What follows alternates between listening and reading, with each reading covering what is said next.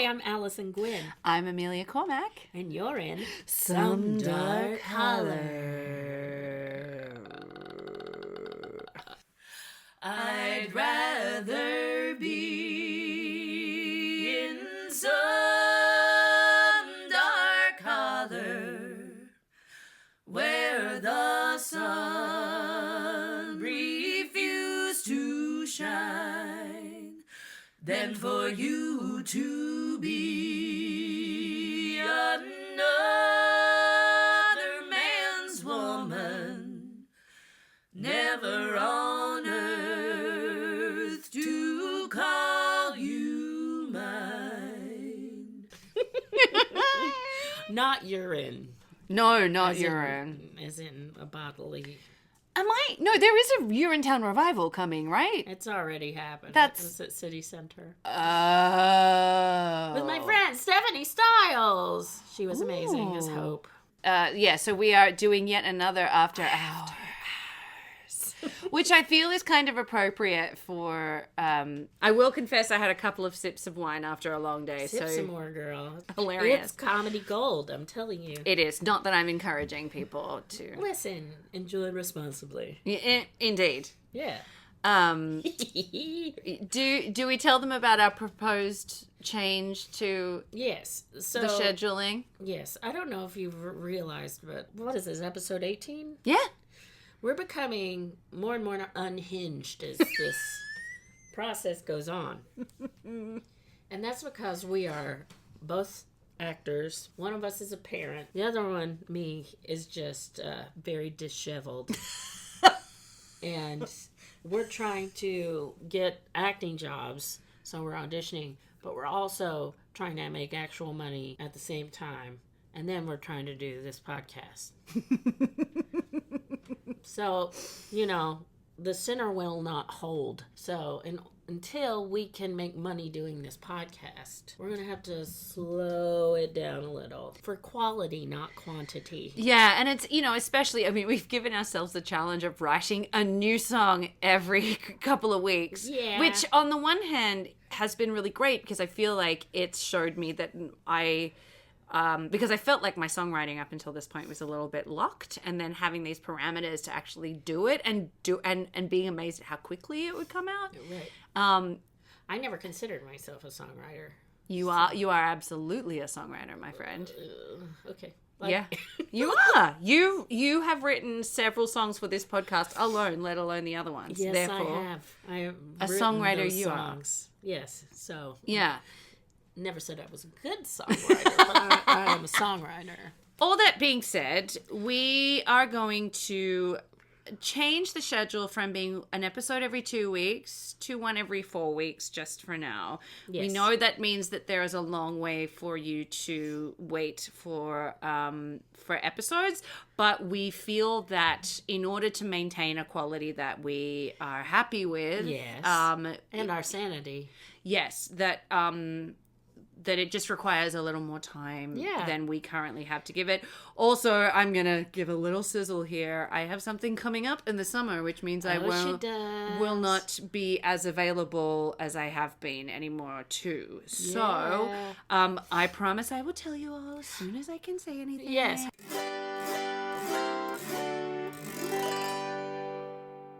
Amelia, my darling. My friend. What do you have for us today? So, it seems that I have a penchant, Penchant. however you want to say it, for the outlaw. I know on last week's episode I promised that I would do a more contemporary ballad, but then I discovered this story and I was like, wait, A, this is in public domain, and B, what an amazing story that I did not know anything about. And down the rabbit hole she went. Yes. With little Dinah, the cat, waving at her. Yes. She fell. Oh my God, Dinah, that's right. Yes, exactly. So from the Wild Colonial Boy to the Peaky Blinders and now Railroad Bill. I think everyone is in the mood for an outlaw nowadays. Oh, yes. Absolutely. Listen, and I'm not saying kill people, but the health... our health system needs to change. Yeah. Oh yeah, oh my god, I didn't even put those two together. But yeah. So, this character is so fascinating, and the reason why I'm really excited about it as well is because he's kind of really fun and amazingly interesting. And so I'm very excited to tell you about it. Editing Allison here to say we forgot to intro the songs. So here's the first one. It's Railroad Bill. 1, 2, 3, 4.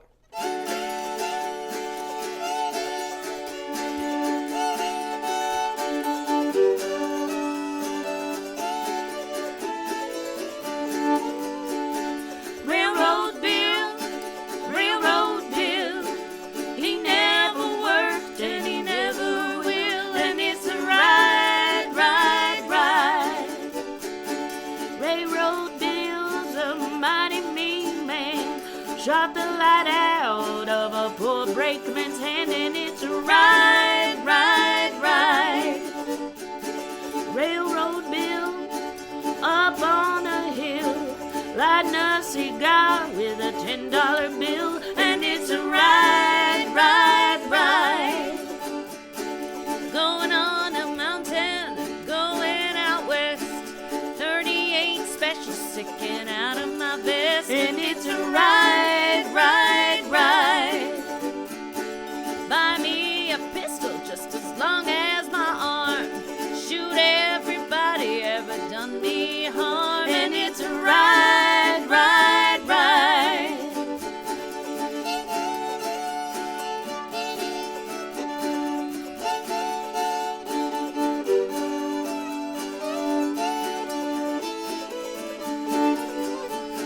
Got a 30 special in a 45 frame.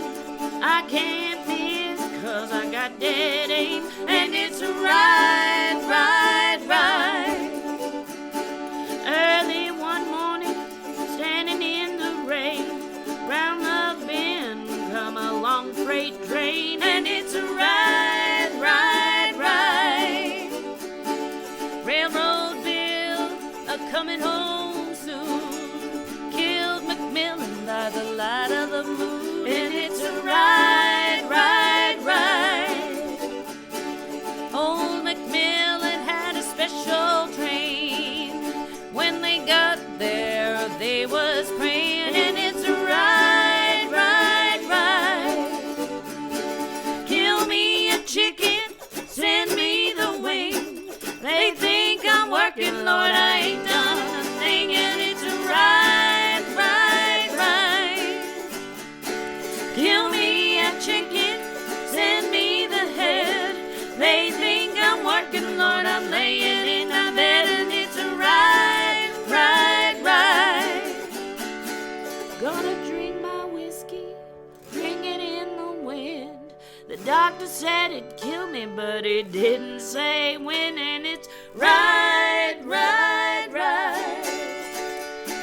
Ride, ride, ride.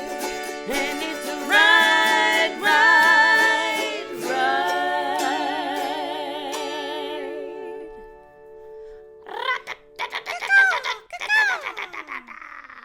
Do you know Billy Bragg? Yes. Great. I love that. Of course you do. Billy Bragg, for those of you who don't know, is an English singer-songwriter, very much wrote a lot of songs about unionism and strikes and all that stuff, but he's got a very distinctive Birmingham accent. That just made me think, if you want to hear what the Peaky Blinders might have sounded like, there's Billy Bragg. Go and listen to some Billy Bragg. In fact, I was listening to Billy Bragg as I was writing I love it. that script. So there is also a particularly famous unpublished cover that might have changed a little of music history, but I will speak of that later. Exciting. So Railroad Bill is a man of myth and mystery whose exploits led to people even believing that he was a shapeshifter. Whoa. According to one historian, Henderson A. Potter, quote, his skill in eluding capture was so perfect that the superstitious around Escambia County, Alabama, credited him with being able to disappear or change to an animal upon his desire to do so when he became cornered by the law, end quote. Wow.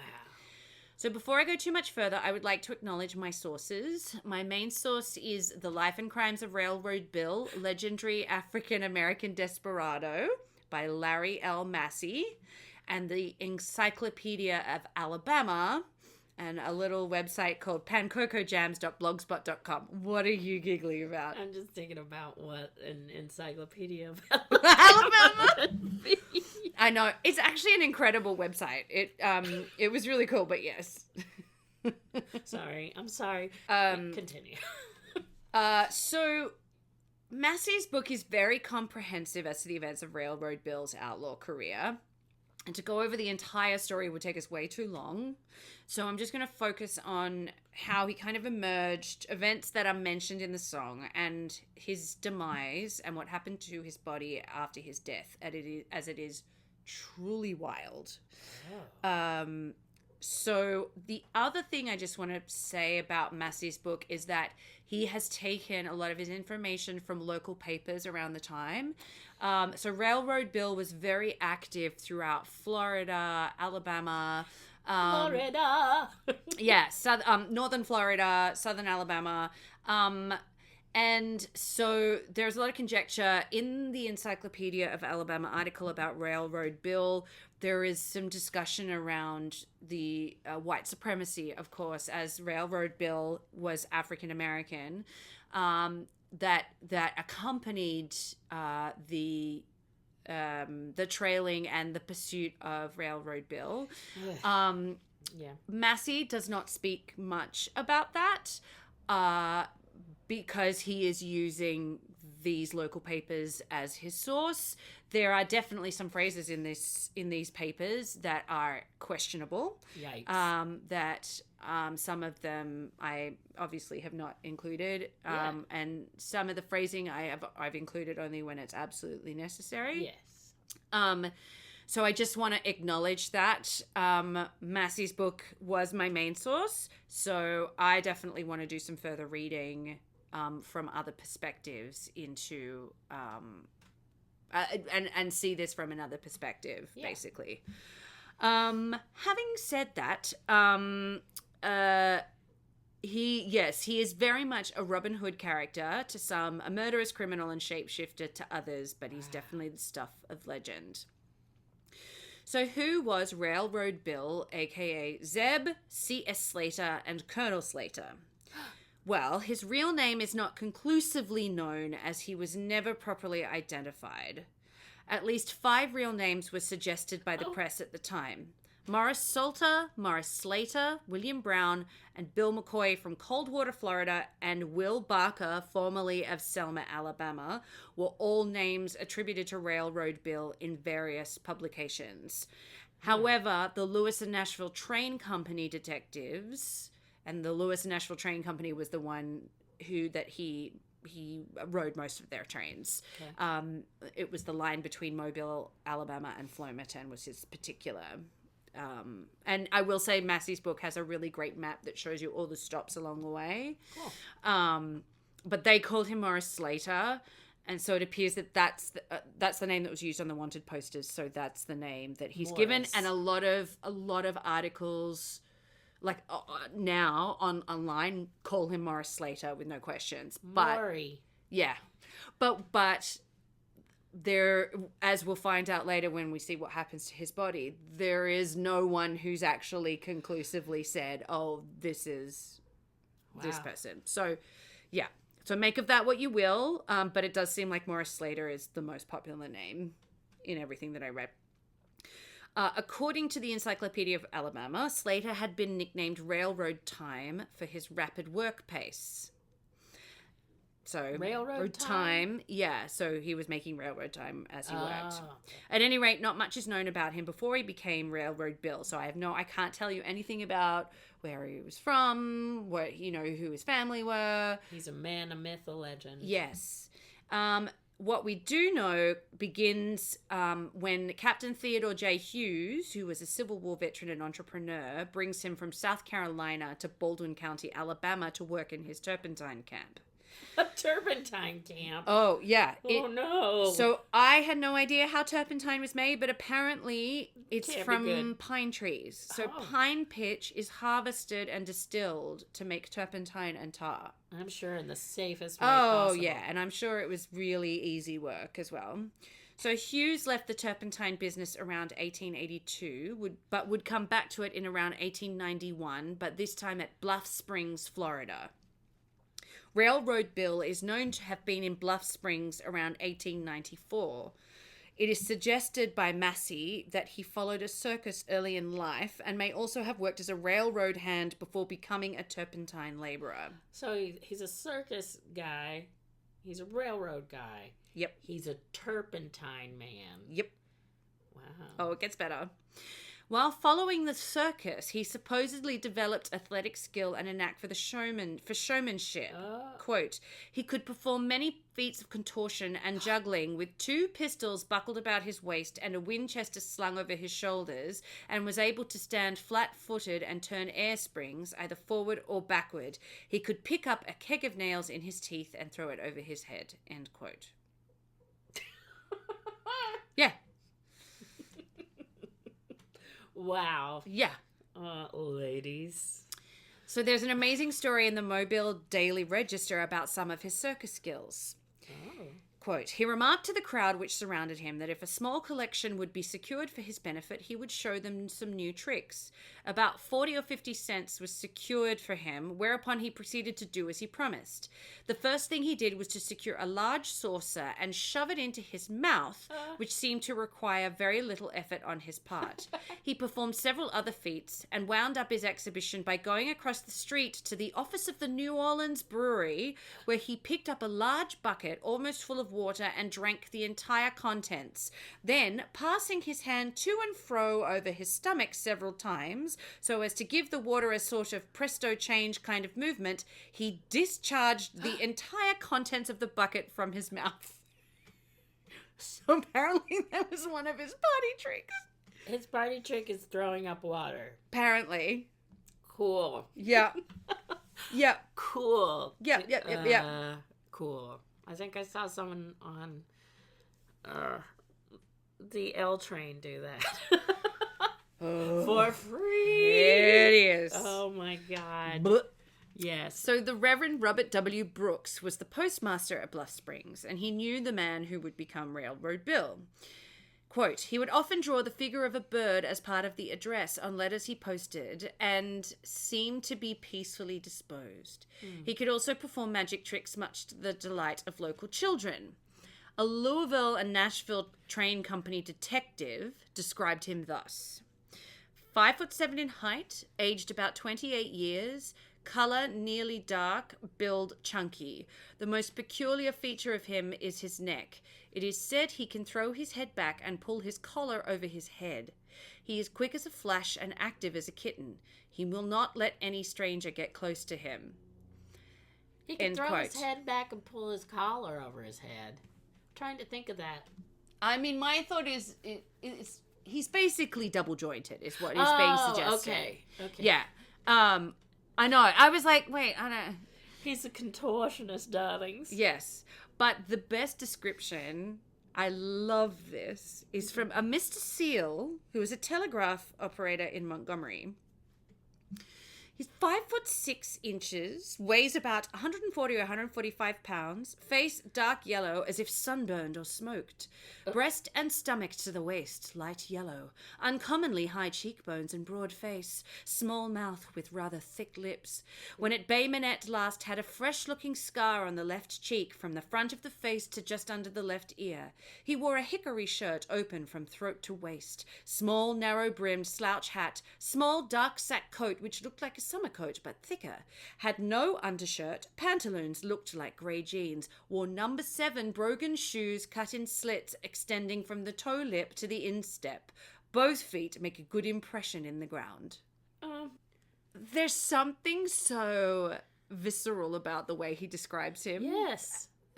That is like, it makes him sound very incredibly dashing. Yes. And He's like Danielle Steele. Right, I but know. As a Vulcan, because it's just, he noticed things that people don't normally notice. Yeah.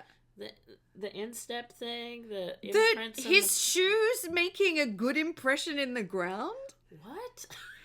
I just picture him kind of looking Railroad Bill over. And just like, ooh. And then watch.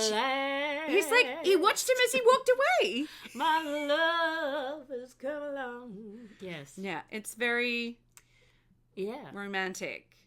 Wow. So I don't know, I just love it. But I also have this vision of Mr. Seal as this like nerdy with glasses. And him like gulping hard. It's like that Cindy Crawford Pepsi commercial.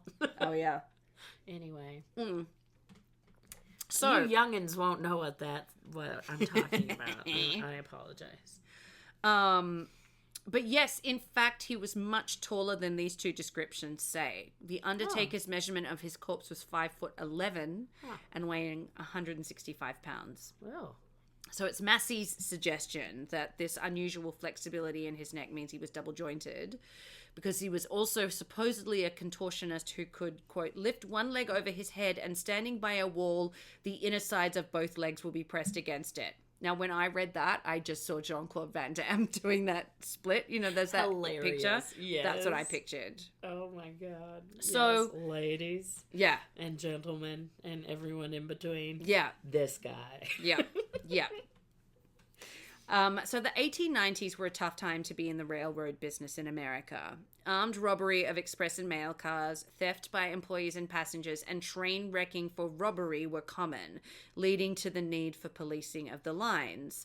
Thus, full-time detectives were hired to cross state lines and work with local authorities to apprehend criminals.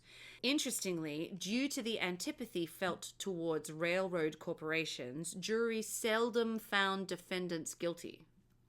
Fucking A. Yeah. I mean, we have no idea how that feels. Fucking A. The companies were run by the robber barons who had legislators in their pockets and ran them as monopolies with exorbitantly high ticket prices.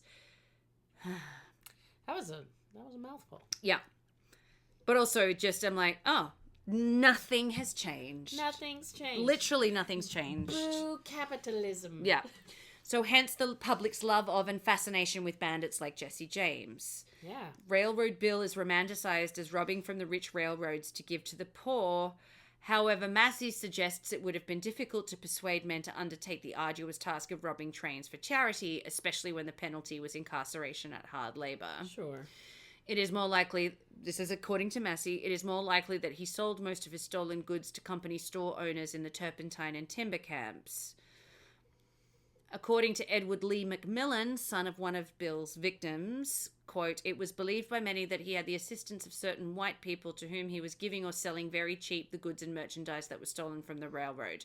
Now, I am going to make a pause here and say that in the Encyclopedia of Alabama article, they talk about the love of the black community for him because he was very generous with what he took and would give it. So I don't know whose version is more. It's probably a both. But I just want to acknowledge that, you know, Edward Lee McMillan also has an agenda because his brother was killed by, his father was killed by Bill. But we'll come to that later.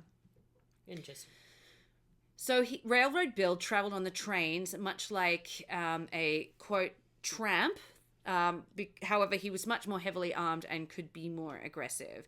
So it's suggested that he first became an outlaw because one of the brakemen on an L&N train that he was riding tried to throw him off the train. Yeah.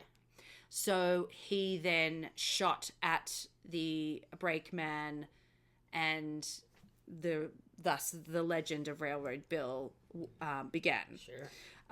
He usually carried 2 large caliber pistols, a large caliber Winchester rifle, and a cartridge belt of 44 caliber ammunition. So he was famous for, like, he was recognized for the Winchester rifle and these pistols. It was like his uniform. Wow. Yeah. It is suggested that, in fact, his first documented crime was due to the carrying of this Winchester without a license in 1894. After a gunfight with a deputy Bruton at Bluff Springs in the early summer of 1894, he became a wanted man in Florida and would soon be known for, quote, boarding the freight trains alone, breaking into the boxcars, and throwing the goods out for his men to collect. Yeah. He also fired upon the trainmen several times, and it became dangerous to the trainmen to show themselves in that locality for fear of being made the target of his Winchester. Okay, that's bad. End quote. Yeah, so that's according to 3 different newspapers, the Atmore Advance, the Montgomery Daily Advertiser, and the New Orleans Times-Democrat. Okay. However, it was his daring escape from a March 6, 1895 altercation that would really cement his reputation and notoriety. At 8:30 a.m., a Mobile-bound freight train pulled up to the water tank at Hurricane Bayou, Alabama. Brakeman J.S. Martin walked behind the pump house and found a man sleeping. He called to his train crew, and they all agreed that this was the man who had shot another brakeman, J.C. Williams, in the knee in October of 1894. They took his rifle and a pistol and woke him. However, he jumped up and ran off about 100 yards. He then pulled out his remaining pistol and a gunfight ensued. One of the train crew used Bill's rifle, but commented that, quote, he must have fixed the rifle in some way, for though one of the brakemen took deliberate aim at him, it seemed impossible to hit him. Huh. He couldn't just be fast, Right. you know? Right. Like, he couldn't just be... He couldn't, yeah. Oh, no. Yeah. The whole shapeshifter thing as well, which we'll come to, is really interesting to me because... there's a part of me that's like, is that falling into the magic black man trope, you know? Sure. But it is that thing of like, when you see an old wise black man, he has to have magic powers. He can't, and because I know that that's the same with how Indigenous people are often represented in Ernest Goes to Camp. What? It's what happened in Ernest Goes to Camp. Anyway. Right. I've not seen that one. Yeah, and I know of it, but I haven't seen it. Poltergeist 2, I believe. Yes. Yeah, it just is. It is a trope that it's like they can't just Pet be Sematary. ordinary. Yeah, it is that thing of they couldn't just be an ordinary man because that means that I am ordinary because And I can't catch them. Yes. I'm not just incredibly slow and out of shape. Yeah, or you know, I'm not just a horrible shot. Or I must be magic. Yeah, but it and again, or it's like I'm white. I'm supposed to be better at everything. Ew. You know, just We're not, gross. everybody. We're not. We're the worst in We're so the many ways. worst. We're the best at being the worst. That's that. Very that. Yeah. So where was I? Oh yes. Sorry. No, that's okay. Just as it seemed that Railroad Bill was outgunned and outmanned and facing death, a train pulled up. He climbed inside the cab and ordered the engineer Edward B. Mershon to pull past the house where the train crew had sheltered. He used Mershon as a shield and, quote, filled the house with lead. Wow. Quote. Instead of ordering the engineer to skedaddle at full speed, Bill jumped off and took up a new position near the telegraph office. Whoa. When the crew saw him, they took up the offensive again and forced his retreat to a nearby swamp. He had escaped death, but not injury, as he was apparently bleeding profusely. Wow. So, and then there is a whole story that Massey goes into about him in this swamp and holding off these posses for days because they couldn't, like, it's pretty You know where amazing. you don't want to be if you have an open wound? In a swamp? Yeah. Yeah. That's gross. Yeah. It really is. And then he became Swamp Thing. Yeah. Oh my god. I'm sorry. No, please don't apologize. I love it. I just see all these opportunities to make this person into a Marvel hero. Yeah. I mean, someone should do a comic book about him. Yeah. It's not. I want to tell you so much that happens towards the end of the I'm story, but I excited. can't give it Okay. away. I'm keeping it. Yes. There are a number of significant events in this remarkable story that we don't have time to cover. Okay. One of them is that He turns it's into in the Swamp swamp. There's another. They call it the Castleberry Chase. There's there's the murder of another sheriff. Whoa. Like there are so many things. But we don't have time. Sure. But I am gonna cover the death of Mark Stinson, who was an informant that the LNN, which is the Louisville and Nashville, I will call it LNN for short, L and N, So Stinson was seen with Railroad Bill several times. So the L and N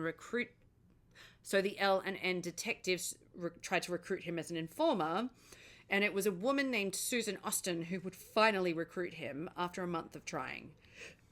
So Railroad Bill had not only threatened to kill the train crewmen from the incident in Hurricane Bayou, he had also threatened L and N Superintendent James McKinney. McKinney therefore decided to strike a deal with Stinson to betray and capture him. Oh. They would meet several times, with McKinney traveling from Montgomery to Bay Minette to attend. It is suggested that Stinson was offered an amount to set up Railroad Bill so that the L&N detectives could catch him. So it wasn't going to be Stinson bringing him in. He's like, I'll do it, and then you're good, but I don't want to have anything to do with the actual arrest. Stinson replaced Henry Caldwell, who was Bill's lieutenant, after Caldwell was incarcerated, and wasted no time in trying to set the trap. Detectives had tracked Bill with the assistance of Stinson and Austin to the outskirts of Mount Vernon, Alabama, and 2 posses were assembled to find him. One of the posses heard that he had fortified himself in a shanty near the railroad, and after calling for his surrender, they riddled the shanty with bullets. There are conflicting reports as to what happened next, but regardless, Stinson disappeared mid-April 1895, and his body would not be found until 1898, when fishermen accidentally raised it from a lagoon with their nets. He is Swamp Thing. Yeah, Stinson is Swamp Thing. Oh, no. Yeah, Stinson is Swamp Thing.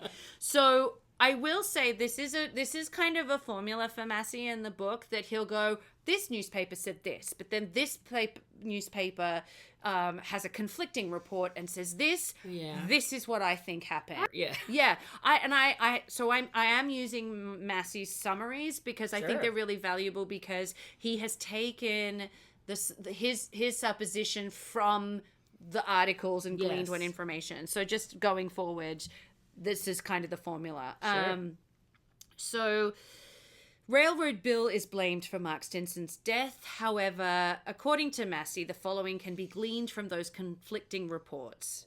Quote, "It would seem that in the darkness, the detectives' posse accidentally killed Stinson, mistaking him for Railroad Bill. Ooh. Hurriedly, they issued the news by telegram before discovering their mistake. Oop. Then they waited and sank the body in a nearby lagoon to hide their blunder, particularly from Superintendent McKinney. Yeah. They also issued a correction to their earlier report, but then they contradicted the correction with additional accounts." End quote. So, yeah, it's real murky, with a lot of people not taking responsibility. Sure.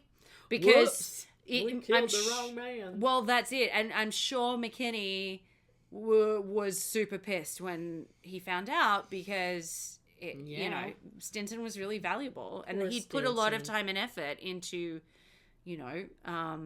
getting him on side. Yeah, that sucks. So this now brings us to the murder of Sheriff Edward McMillan, which is mentioned in the song. So Railroad Bill had evaded the posses mentioned above in Mount Vernon on Tuesday, April 16, 1895, apparently by dressing as a woman. So this is from a railroad detective quoted in the Mobile Daily Register. So this is a quote from a railroad detective in the Mobile Daily Register. It's his wording. Not ours. Not ours. "I'll tell you, that Negro is the most dangerous and sharpest I ever came in contact with during a service of many years in the detective business. He has the whole of that section of Alabama terrorized, for the Negroes are protecting him, and for that matter, he can buy his way through the wild country. Why, within the last few days, he has traveled part of the way disguised as a woman, which demonstrates his cleverness." End quote. So he was staying with a lady. He was shacking up with a lady just to stay low, and basically borrowed some of her clothes. Remember that part in Willow when oh my god, yes, Mad Mardigan dresses as a yes, I do. Not a woman. I watched Willow way too much in my childhood. Anyway, continue. Do you know someone told me a fake ending to that movie, and so I never watched the ending? It was a kid. I was like 9. And this kid told me that, not Mombi, Queen that's... Bavmorda. Yeah, Bavmorda gets half her face sliced off as she goes down a slide. Like, it was clearly some kid just making it up. No, and then I finally watched it again recently. I was like, no, that's not No, what but happened. they do get into an awesome fist fight in the sky. Yes, it's true. Or in the ceiling while they're floating around. Yes. But that's the reason why I'd never watched that movie all the way through. Isn't that the dumbest thing you've ever heard? I love. Who's gullible? Me. Who believed that the word gullible wasn't in the dictionary? Me. I love you. Okay, so... so he's dressed like Bugs Bunny, dressed as a woman. Yes. Yes. So Sheriff Edward McMillan became obsessed with catching Bill. According to one historian, there was a family legend that the sheriff vowed to capture or kill him, and Bill sent back a note saying, quote, "I wish you hadn't made that statement because I love you, Mr. Ed, and I don't want to kill you." Aww. This is why I love the Railroad Bill. He's so, there's just this like cheekiness. Is he Bugs Bunny? I mean, maybe. That's, I love you. And then he runs away. Yeah. He's just, there's an ingenuity that I love, that he's a larrikin. Yeah, truly. Yeah. A little about McMillan. So he came from a family of law officers. His father and brother James had been sheriffs of Escambia County, Alabama. According to the Memorial Record of Alabama, he was, quote, "one of the most efficient sheriffs Escambia County has ever had." From this point on, he and Railroad Bill would be locked in a life or death struggle. Oh. So it truly is like The Fugitive. Wow. You know, it's that obsession of, I must get you. So he collaborated with McKinney and they coordinated their efforts. According to the Montgomery Daily Advertiser, Bill had begun to suggest that he might be ready to surrender. Quote, "He was tired and wanted to give up if he could make satisfactory terms. He had a special dislike for Sheriff McMillan and said that he didn't want him to have anything to do with his arrest. He feared that he would be mobbed when taken, and that was the protection he wanted guaranteed before surrendering himself. However, informants end quote. However, informants suggested that he was not intending to surrender anytime soon. So this might have been some wishful thinking on the part of... Could that be a setup, maybe? Or I mean, yeah. But I also think it's, as we know, there's all the editorializing in the world. Oh, sure, and we know that it does happen today, but it was even more blatant back then. People just wrote whatever they wanted. Exactly.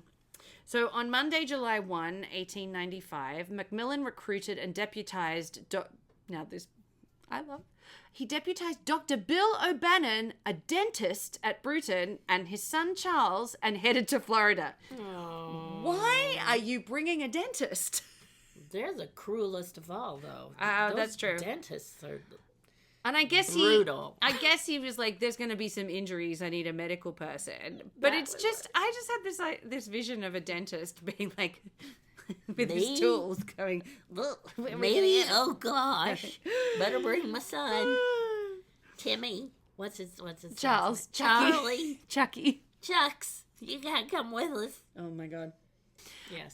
Andrew Cunningham, who had previously worked with both Railroad Bill and McMillan, was also hired to locate Bill. So he'd been going back and forth between good and bad. Yeah. The plan was that he would locate Bill while the posse stayed at Bluff Springs, then he would return and lead the posse to him. Cunningham didn't return until much later than planned, however, around 8:30 p.m. So there is some suggestion in the reports following the crime that the posse believed they were betrayed by Cunningham. Maybe. At any rate, Cunningham sent someone named Starks to deliver food to the posse, and he told them this Starks told the posse that Cunningham had located Bill, but that he was going to leave that night for Flomaton. I apologize if I'm mispronouncing some of these town names, by the way. Write in and let us know. The posse were to follow Starks and arrest Bill. So basically, this random guy comes in and goes, "Hey, here's some food. Cunningham's found Bill, but he's about to go, so let's go." Yeah. He warned them not to come through the town. This is Cunningham through Starks, warned the posse not to come through the town or go on the railroad track, as Bill had been watching the train since Sunday and said that, quote, he would kill any man or party of men that he saw with a gun, end quote. Wow. So there had been bad weather prior to this, in the days leading up to this. So the route the posse had intended to use to bypass to get to where they were going to stake him out was unusable. So they instead ignored Cunningham's advice and followed the train tracks. When McMillan was opposite an oak grove at the edge of town, gunfire was heard by those living nearby. So I'm going to say McMillan was about 60 to 70 feet ahead of the rest of the posse. Okay. So he's out there on his own. Uh-oh. Railroad Bill stepped from behind a tree in this grove just as McMillan passed before him. According to the Bruton Standard Gauge, Bill hailed him, then fired a bullet that went wide, but that forced McMillan into the grove. A second shot pierced his torso near his heart, causing him to fall into a ditch. Yeah. The versions of what happened next vary greatly. However, Massey's version, based on the various reports, is as follows. And I include this because it seems to make the most sense. So we know that McMillan would have known that crossing the tracks was dangerous. So he led his men by a distance of 60 to 70 feet, which we know. He could not see or hear Bill, but Bill would have seen and heard him very clearly and did not hesitate to carry out his threat. Also remember, it's Cunningham's back. This is all taking place at night. And so, which means that he would not have seen Bill even more. He may not have known about the posse trailing McMillan. This is Bill. Bill may not have known about the posse trailing McMillan as he stepped out from his hiding place, but it left him between McMillan and the posse. Okay. Who most likely opened fire once they realized the situation. So there were reports that the dentist, Dr. O'Bannon, had shot Bill and that he fell twice. However, Massey suggests that this could also have been him seeking cover on the ground or behind a tree. At any rate, once in the grove, Bill made it impossible for anyone to help the sheriff because he had a clear view and would pick off anyone who tried to come. So it is said that the posse called to McMillan to see if he was hurt, and his response was, "Yes, I'm killed." Oh, no. After about half an hour, Charles Wallace, in whose house the posse was staying, Thomas Johnson, a Hughes Turpentine Company worker, and so that's who Thomas Johnson is, and Benjamin Franklin Dixon, a foreman for the Hughes Turpentine Company. So there's three men, carried Sheriff McMillan to a John McDavid's house, who lived about 100 yards from the scene of the crime. The officer apparently, quote, realized his condition, said he would die, and asked those about him to pray for him, end quote. He died about 11 p.m. July 4th, 1895. Yeah. As is referenced in the song, Superintendent McKinney did indeed send a special engine and coach to transport McMillan's wife, brother, doctors, deputies, and friends to Bluff Springs, but unfortunately by the time they got there, there was nothing to be done, and the train returned with the sheriff's body and his grieving widow. The funeral was held at the Bruton Methodist Church, overflowing with friends and loved ones of the family. Supposedly, the funeral cortege was, quote, one of the longest that ever passed out of Bruton, end quote. Kate McMillan, this is just a little side note, Kate McMillan wore an unusual necklace with a large black cross to the funeral and throughout her mourning period and life, and this necklace is still worn by her descendants as a tribute to their fallen ancestor. Yeah. And I'll include a photo of it. That's I will say Massey's book has some really awesome photos in it of various people. Can you imagine if you were the unfortunate person in your family to lose that piece of... I lose crap all the time, and I'm just like... You should see me coming out of library class with the guest panelists. I'm like, please do not don't give this to me. I don't want it. Oh no! The amount of stuff I lose it between the couch cushions, and it'll never be seen again. Well, I've lost the Apple TV remote. You know that very well. No idea where it is. Yeah, it's gone somewhere. Whoever's in that family that has that necklace still, good on you. Oh my gosh. Oh my god. Okay, that's amazing. I mean, because I could not accept the responsibility. Yeah. So there then proceeds to be a massive manhunt through the panhandle with several daring There then proceeds to be a massive manhunt throughout the panhandle with several daring escapes by our friend Bill, who was still robbing trains and apparently selling the goods to the poor for lower prices than at the merchant stores. Hence the Robin Hood mythology, especially amongst the black community of Alabama, as we've discussed earlier. Two versions of the same story. With the reward being upped to $1,250. Wow. Which is the equivalent of $47,272.47 today. Thank you, inflation calculator. Hello. Bounty hunters from Texas and Indiana, as well as the Pinkertons, the notorious Pinkertons, the L&N detectives, lawmen, and posses are all on the search. Why is this not a movie? Right? I know. Someone's got to do it. It's such an extraordinary story. And especially, it just gets better. I'm going to write the screenplay. There Here we go. Yeah, right? The L&N also offers a lifetime pass on their railway. Unfortunately, this also means that many innocent black men were caught up in the hunt, which resulted in beatings, whippings, and even murder. So, surprise, surprise. Yeah. One example of just how jumpy he made these men trailing him feel is told by Sheriff James McMillan, brother to Edward, who succeeded him. Quote, "We would have caught the scoundrel the other day when we had him partly hemmed in a swamp, but a full detective or alleged detective saw a wild turkey, shot at it several times, and this disgusted my men. I didn't blame them, of course. Bill was warned and got away." Oh. But I also just love it. He's like, alleged detective. Alleged shot a bleeding detective. turkey. Wanted turkey real bad. Yeah. But they're, but it just goes, they're so jumpy. Because this man has the one up on him. He's got him. Yeah.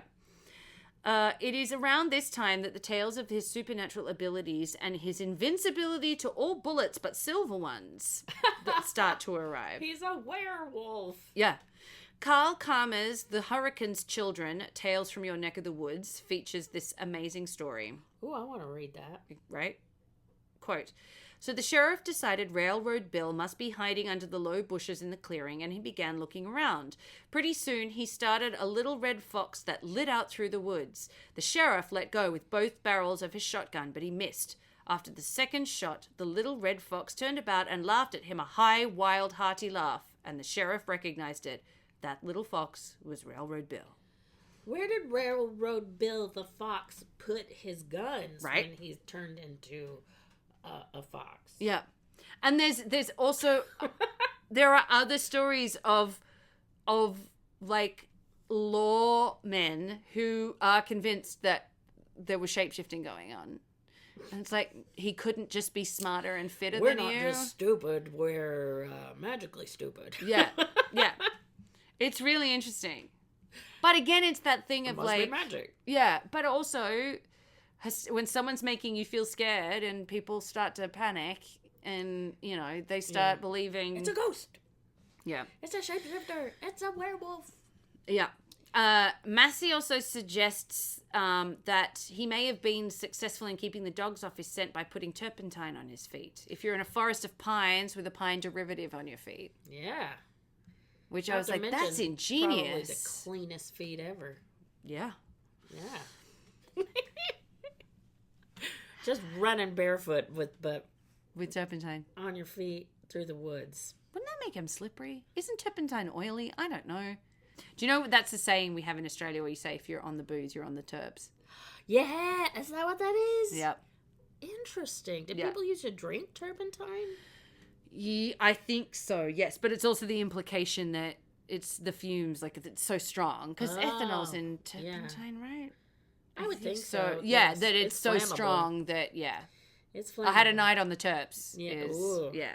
Yes.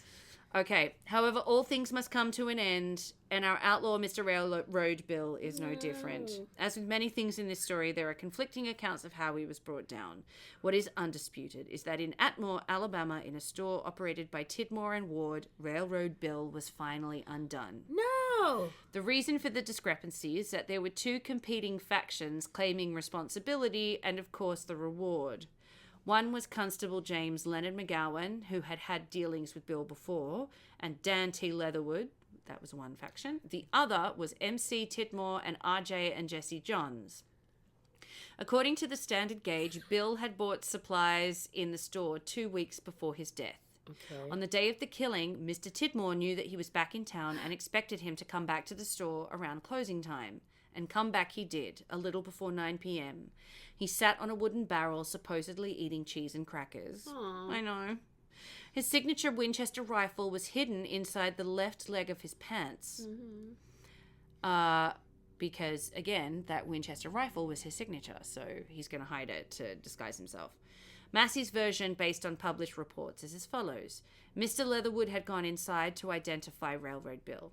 As the front door of the store was shut, McGowan passed it and went to the side door and looked in. Seeing Railroad Bill, he fired a shot from outside the side door, then cocked his Winchester and fired again from inside the threshold. He then stepped out of the doorway as men inside the store continued firing. R.J. Johns was behind the cider barrel and fired at Bill's head, the shot mangling his face, neck, and shoulder. Leatherwood and Jesse Johns then fired, striking him in the chest. As he staggered and fell toward the middle of the room, he reached for a pistol inside his belt. Another shot hit that hand, quote, almost severing it at the wrist and making it useless, end quote. And either it or another shot, quote, broke the trigger finger of his right hand, end quote. While he was on the floor, Bill received a second blast from R.J. Johns' shotgun. He died at 8:50 p.m. on March 7, 1896. A Bruton reporter describes the scene. Again, this is his quote. Lying near the center of the store between the counters was the body of the Negro in a pool of blood. He presented a terrible appearance, his face having been badly torn up with a load of shot, said to have been fired after he was down. He had on dirty, greasy clothes, shoes worn through at the toes, a much-used leather belt around the waist, in which was his revolver on his right side and his Winchester on his left and down his pants leg. He lay in a pool of blood where he had fallen, end quote. Aw. Yeah. Why do I feel so much sadder about his death than the sheriff's? Maybe because I love cheese and crackers so much. I just... Well, I think no one should be killed eating cheese. Right. Well, I think it's also... You can tell he's been on the... From that description and what he's wearing and the fact that his shoes are worn, it's like he's tired. He didn't have... Yeah, he just wanted a day off. Yeah, and I think... Because being on the run like that and constantly evading these authorities would have been exhausting. Absolutely. And I think it is incredibly poignant because there's some suggestion that either he felt bold enough to go into the store, but I think it's more that he didn't have any other option, that he was, by this stage, a lot more on his own than, So maybe he was just tired and fed up. Wonder if he laughed a lot because that guy was like, I knew from the fox cackle that it was. Oh yeah. Bill. What does a fox laughing sound like? What does the fox?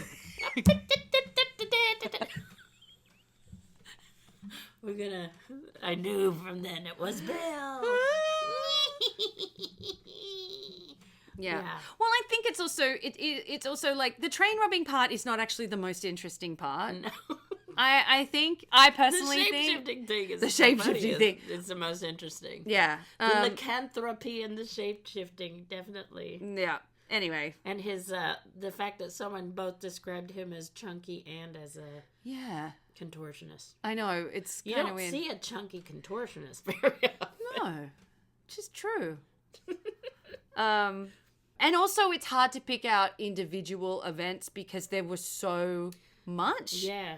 I'm sure that people, if they want to, can fall down the rabbit hole of all of his exploits and then write a graphic novel and then make $1 billion. You're welcome. Exactly. You're welcome. So, as we've discovered on this podcast many times, human beings are morbid creatures. You will not be surprised to know that buttons, bullets, and pieces of his clothing were taken as souvenirs.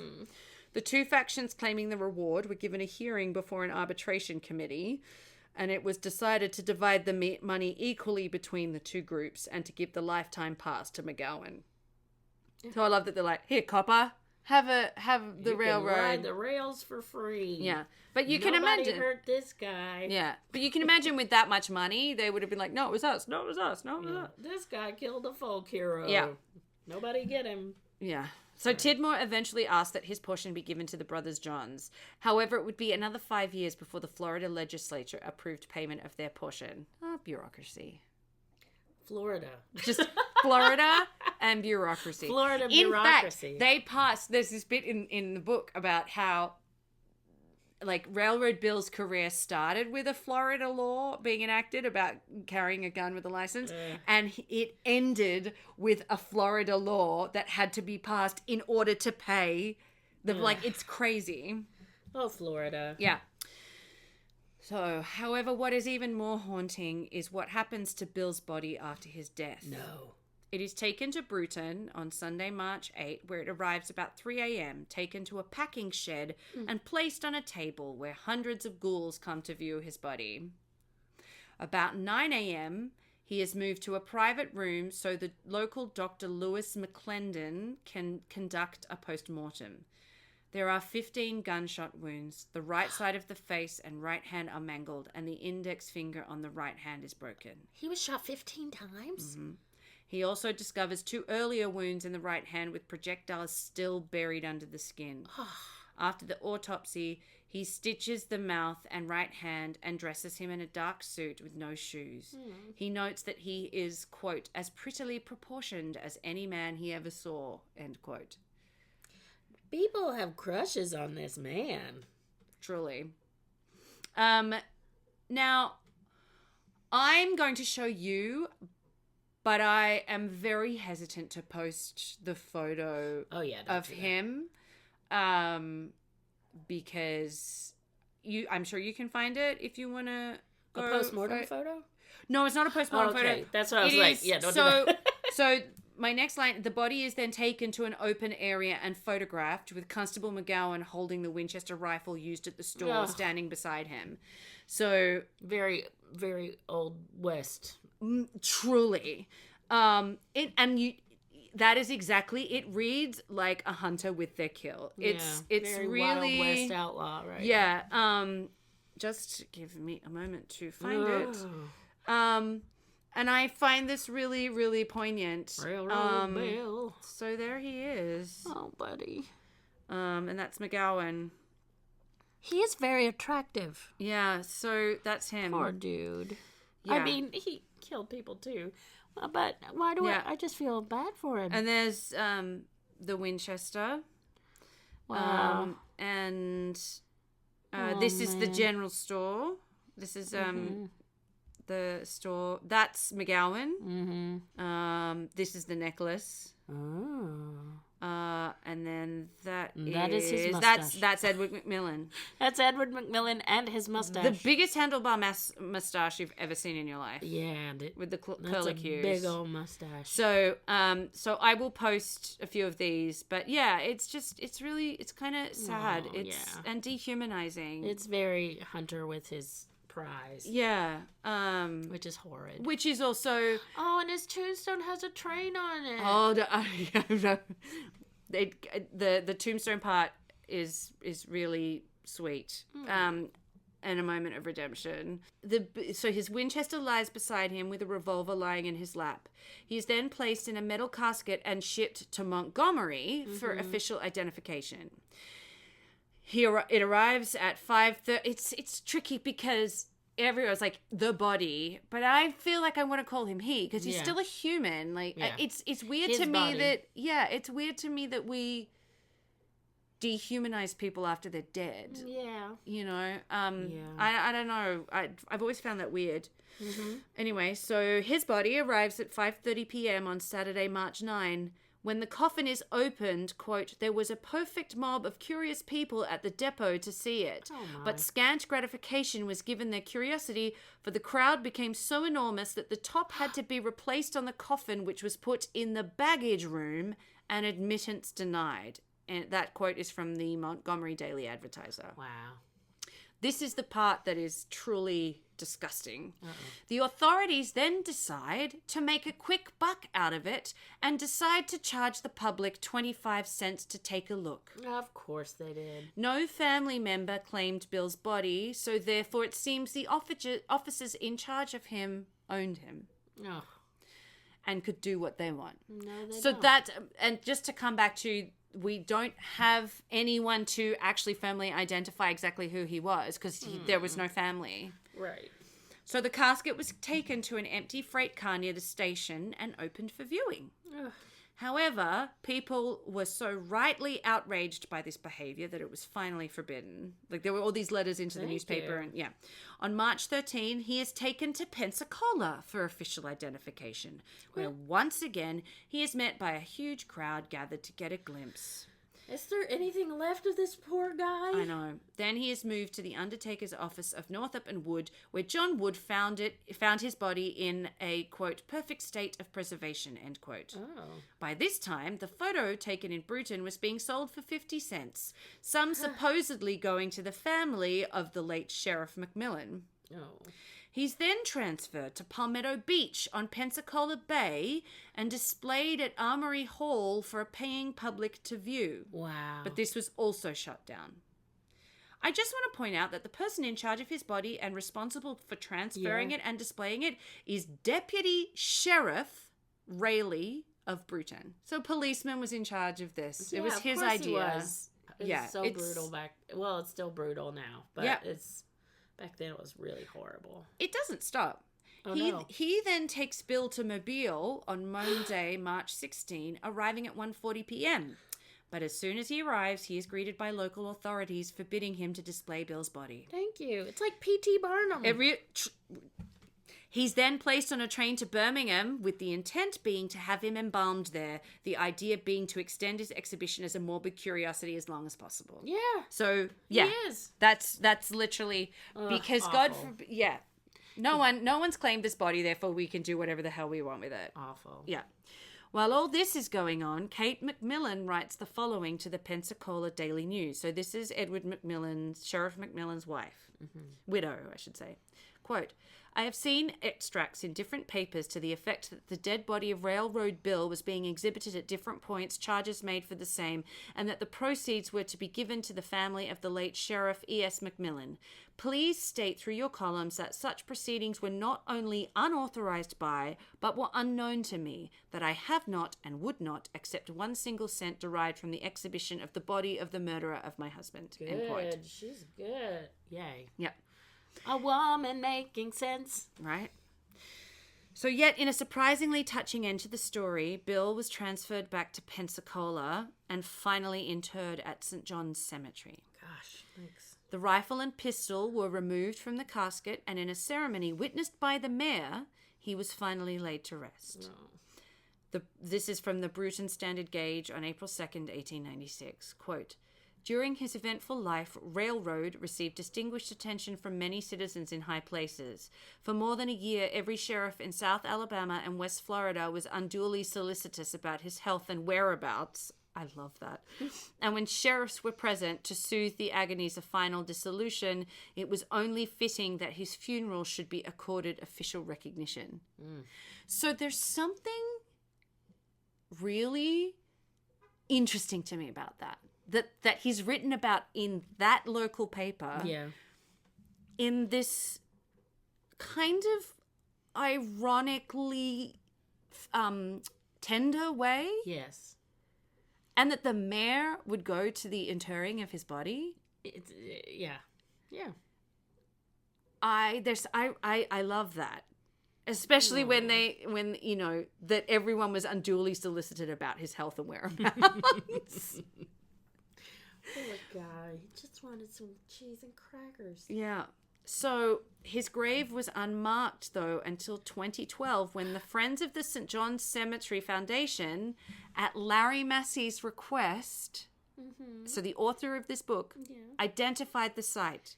His wife provided the headstone, which you can see in the picture posted on our Instagram. And it does, it does have the name Morris Slater on it, interestingly. Yeah. But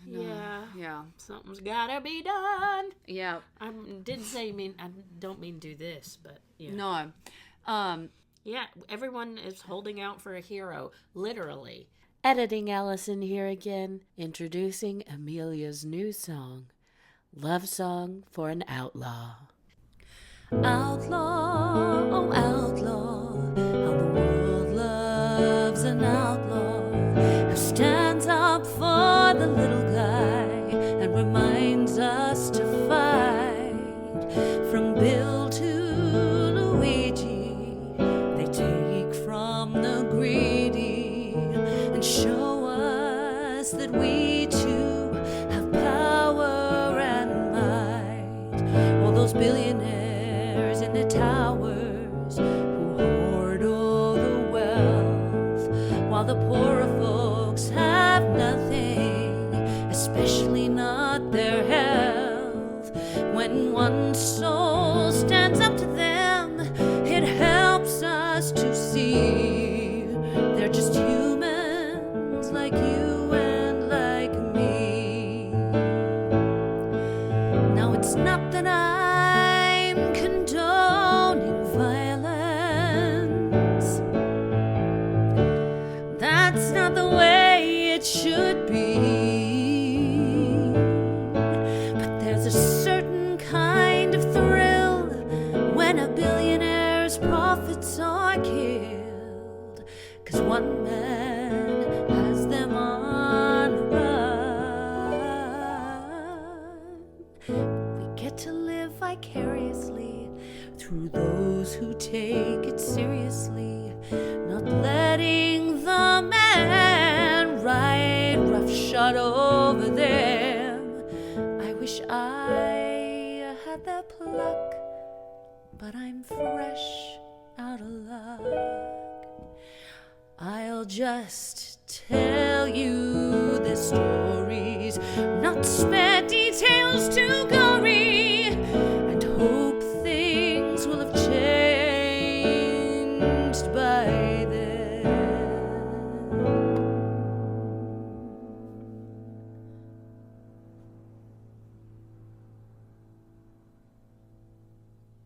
But I will say that was actually one thing that I wanted to Stagger Lee. Like I feel like there is a line that one could draw from Railroad Bill to Stagger Lee.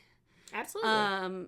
Because Railroad Bill predated Stagger Lee, but it is they're definitely standing up for the little guy. Yeah, and the romanticism of them and what they come to symbolize. Not being taken advantage of, not the literal man get them down. Yeah. And we all need that nowadays, don't we? Yeah. So there we go. Oh man, that was good.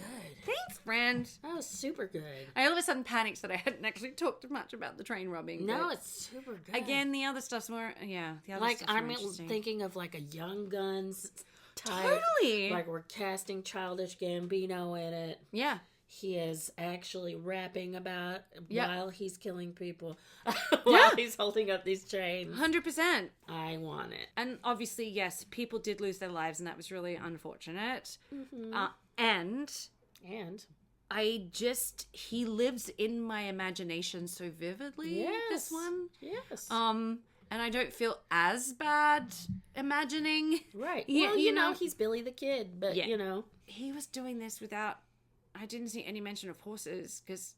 Oh wow! I mean, I could be wrong, but no, it doesn't mention horses anywhere in the stuff that I read. So in my brain, they're all on horses. Yeah, I think the posses are. Because you think of railroad robbery, you think horses. Yeah. Wow. But if you're a tramp, you don't have. Right. So because he's tramping, and that's the thing. That's again, he's riding the rails, hopping on and off.